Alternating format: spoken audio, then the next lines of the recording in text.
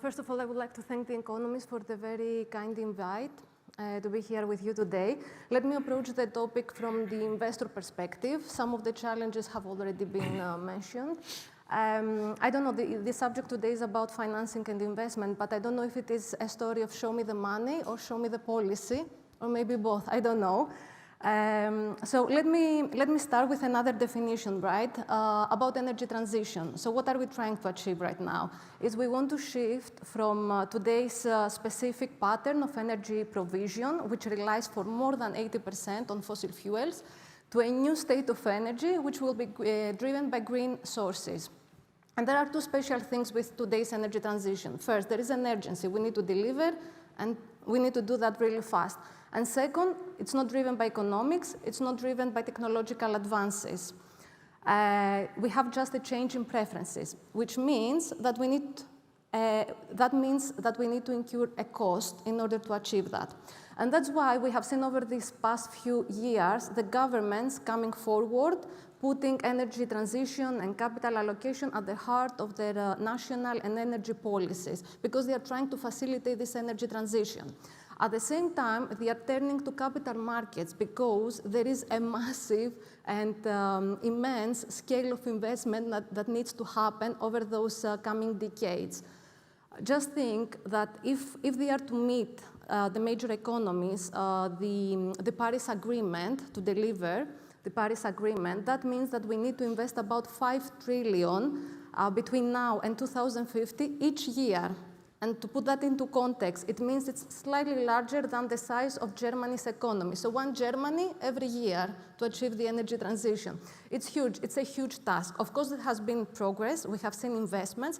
But if you, I mean investments in energy transition projects. But if you zoom in, you will see that most of these investments are going into renewable energy. Wind, solar, and again, focusing on the generating sector. Not much on storage or green transition. If you go now to the I'm sorry, my mistake, because I read that all the time, not new technology, but see, if you go to hydrogen or CCS or the other alternative technologies, you will see that, for example, in 2022, hydrogen received the least financial commitment. Despite all this discussion about hydrogen, despite all this support, public support and policy support. And of course, it makes sense, right? Because they are very expensive technologies, they have long time frames, and they have low returns. Of course, there is interest. So we have all these challenges. And then in 2020, we have the war in Ukraine. And then all these supply chain issues come forward.